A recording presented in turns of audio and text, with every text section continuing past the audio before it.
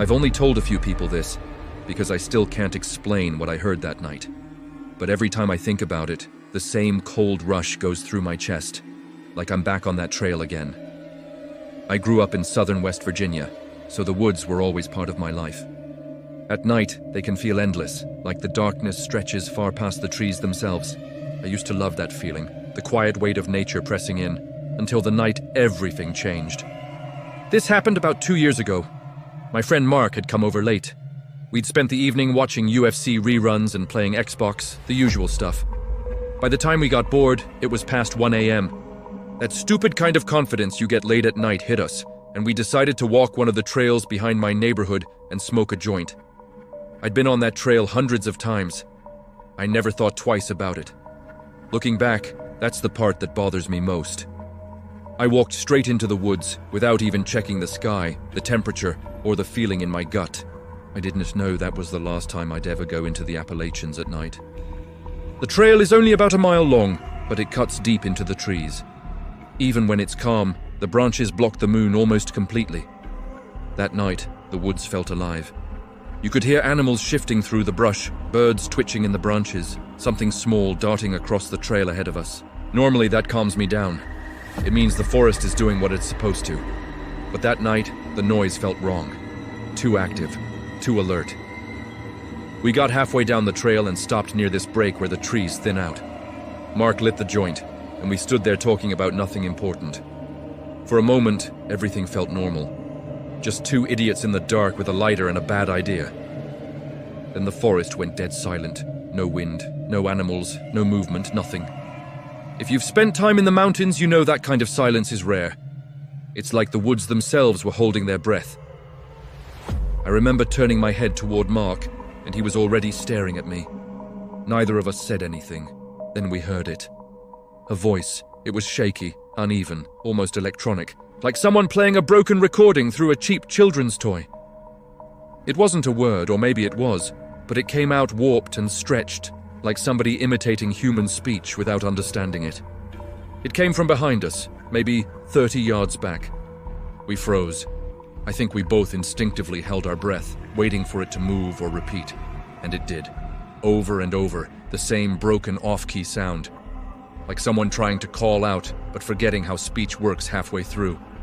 I whispered, "Did you hear that?" But Mark was already backing up. We didn't even talk about what to do. We just ran. Branches whipped my face, and the darkness swallowed everything except the path right in front of me. But here is the part that still makes my stomach twist. The voice did not get quieter. No matter how fast we ran, no matter how far, it stayed the exact same distance away, right behind us, not gaining, not fading, just there. It wasn't chasing us. It was matching us. I remember thinking, this isn't human, because no person could keep that perfect distance without getting closer or farther away. I don't even know how long we ran, but by the time we reached the end of the trail, my lungs were burning. We slowed to walk the last stretch toward the exit, both hunched over and gasping.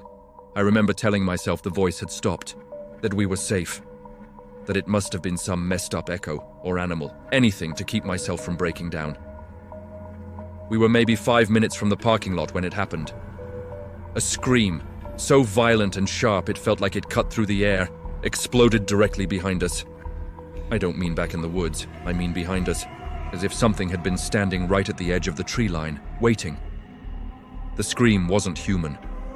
I don't care what anyone says. I know what mountain lions sound like. This was different. Raging, furious, almost hateful. My whole chest vibrated like someone had struck a metal pole next to me. Birds shot out of the branches overhead. Something crashed through the brush. I didn't think. I just ran again. We sprinted all the way to my car, feeling like something was right on our heels. Even unlocking the door felt like it took forever. When I finally slammed it shut and locked it, my hands were shaking so hard I dropped the keys twice. I've replayed that scream in my head 1,000 times. I've told myself it was an animal, or an echo, or some drunk messing around in the woods. But every excuse feels like a lie I tell myself so I can sleep at night. I haven't been back on that trail since. And every once in a while, when I'm lying awake at night, I swear I hear that same broken voice. Far away, but not far enough. I haven't told this story in years, mostly because every time I think about it, I feel that same cold, shaky fear I felt as a kid. Even now, I still have no idea what I heard out there in the snow. I was 8 years old the winter this happened, visiting my uncle's farm in southeast West Virginia. He owned acres of landwoods, hills, creeks, and old hunting platforms hidden between the trees. It always felt like the safest place in the world. My cousins would take me up into the woods to show me the tree stands where they were nothing more than wooden planks nailed to trees. But to me, they felt like secret hideouts. I memorized the paths so well I thought I could never get lost. That winter morning, snow covered everything. The woods were quiet and pale, and I decided to go exploring alone. It didn't feel dangerous. I'd been in those woods 100 times. I left my aunt's house, planning to walk straight to my uncle's. But halfway across the property, I decided to take a detour and look for one of the hunting stands. The trees looked different in winter, but I was confident I'd find it. After walking for a while, I realized I didn't recognize anything around me. Every direction looked the same: thick white snow, body branches, and a heavy gray sky. Still, I wasn't scared yet. I followed a narrow creek and sat beside it, trying to figure out where I was. I had barely sat down for a minute when a scream ripped through the woods. It was high, sharp, and so sudden that I jumped to my feet. At first, I told myself it was a fox, but before I could calm down, another sound followed. A voice.